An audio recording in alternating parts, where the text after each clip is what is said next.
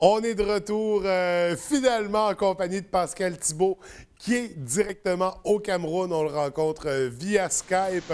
Vous verrez, il est en compagnie d'un invité qui va nous présenter. Pascal, bon matin, ça va bien? Oui, ça va très bien, François, toi-même. Ça va très bien également. On voit que tu as un invité avec toi. Est-ce que tu veux nous le présenter? Oui, ben je vous présente, c'est le père Cyril qui fait partie de la congrégation Mission Saint-Rita au Cameroun et qui travaille actuellement sur la construction, la finition de l'Église. Alors, il est avec moi pour participer à la chronique parce que malheureusement, Monseigneur Biquier s'est désisté ce matin. Beaucoup de travail aujourd'hui, ça fait que c'est pour ça que malheureusement, il n'a pas pu être avec nous aujourd'hui. Bon, ben il n'y a pas de problème. C'est de la belle visite quand même. Bienvenue. Merci de participer avec nous à cette chronique. Pascal, de quoi est-ce qu'on va discuter ce matin? Écoute, François, c'est sûr, hier, comme tu as vu, je t'ai envoyé quand même là, certains visuels Oui. d'une petite fille que j'ai été rencontrer. On m'avait demandé au préalable d'aller visiter cette petite fille-là de 18 mois. Une petite fille très malade. Alors, quand j'ai arrivé sur place, j'ai constaté que la jeune fille avait un hernie ombilicocaire au niveau du ventre.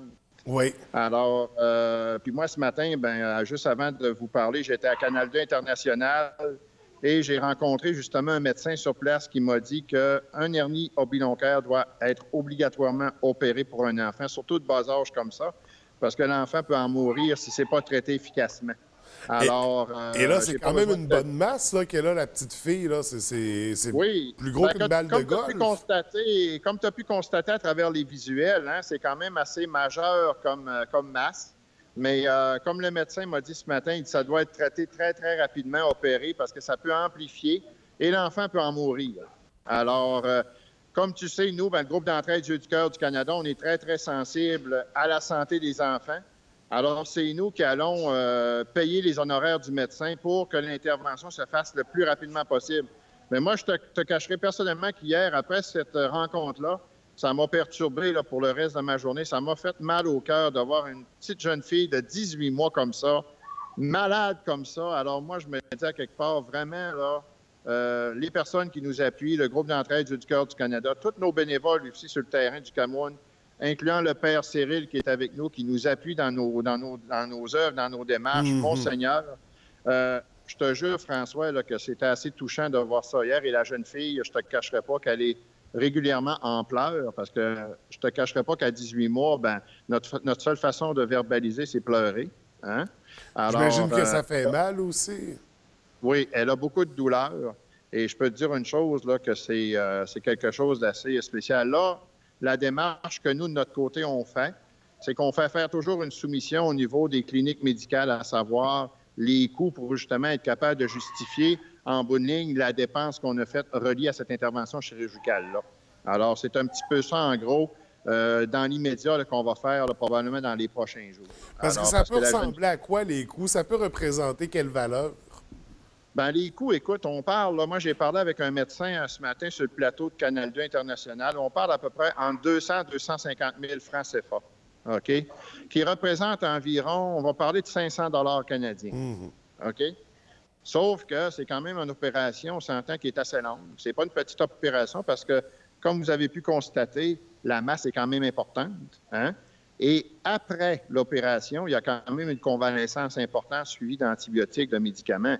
Il ne faut pas oublier aussi que c'est un enfant quand même de 18 mois, François. Là. Ça fait que la jeune petite fille, elle a quand même est de bas âge.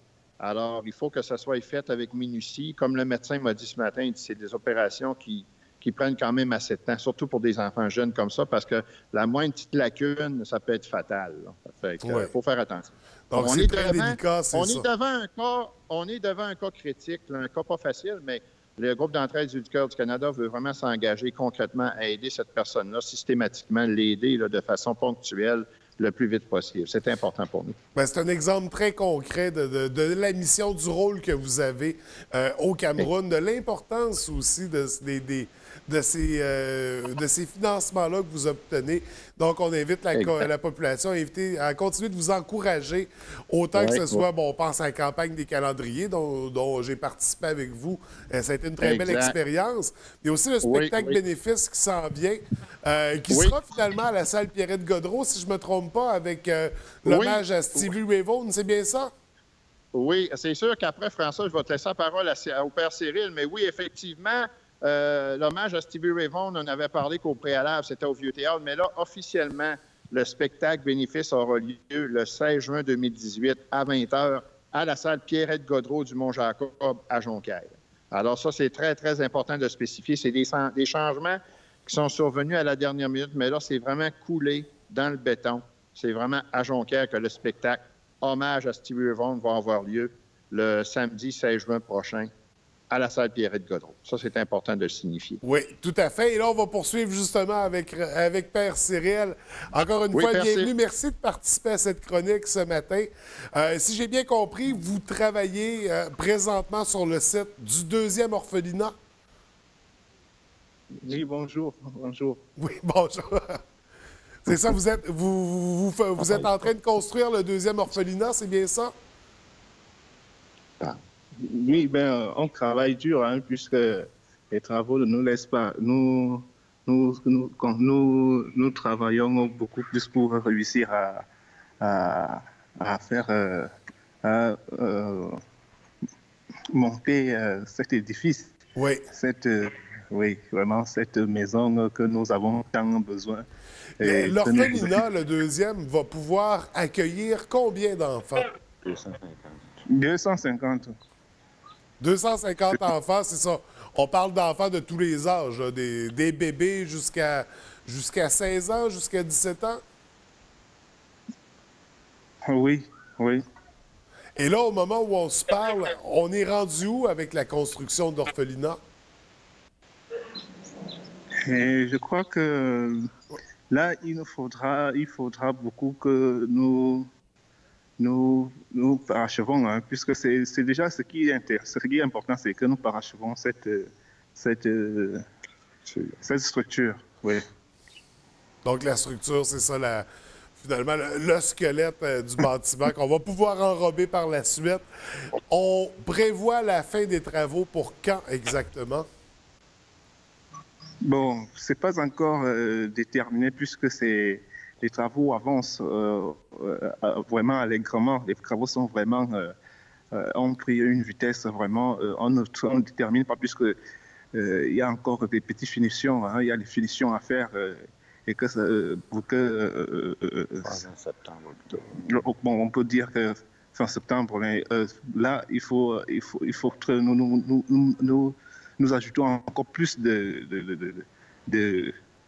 que nous essayons encore beaucoup d'œuvrer plus encore. Oui. Mais c'est ça, il y a beaucoup de travail. J'imagine que beaucoup de personnes sont mobilisées pour pouvoir atteindre les objectifs. On va surveiller ça, donc possiblement pour l'automne prochain, que le bâtiment pourra être inauguré. On rappelle qu'il va accueillir 250 enfants quand même. C'est très impressionnant. Et là, on va devoir y aller en terminant. Est-ce que Pascal est toujours pas loin? Oui. Oui, François, je suis là. Écoute, ce que je tenais à dire aussi, François, le père Cyril, c'est que présentement, il y a beaucoup de personnes bénévoles qui travaillent sur le site à cimenter la construction, le ciment, après ça. Il y a le tôlage à faire. Il y a tellement de choses à faire. Puis, comme le père Cyril qui est à côté de moi vous dit, c'est sûr, c'est un travail de longue haleine. Hein? Ça prend la participation d'un peu tout le monde. Alors, il y a des journées qu'on est 10 personnes, d'autres journées on est 8, d'autres journées on est 5.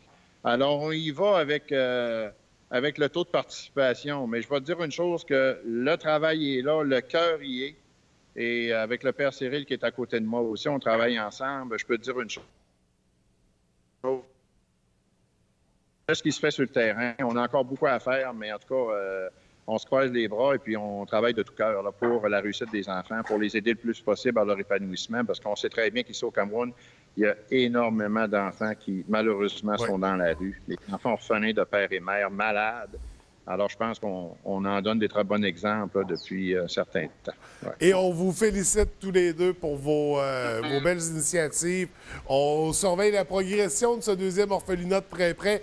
Nous, Pascal, on se retrouve dans 2 semaines pour la suite. Continuer d'explorer ce beau pays qu'est le Cameroun, nous faire découvrir les gens de la place, la culture, les activités que vont pratiquer les jeunes également. Donc, et François, faut pas oublier surtout vous faire découvrir le soleil. Oui, ça.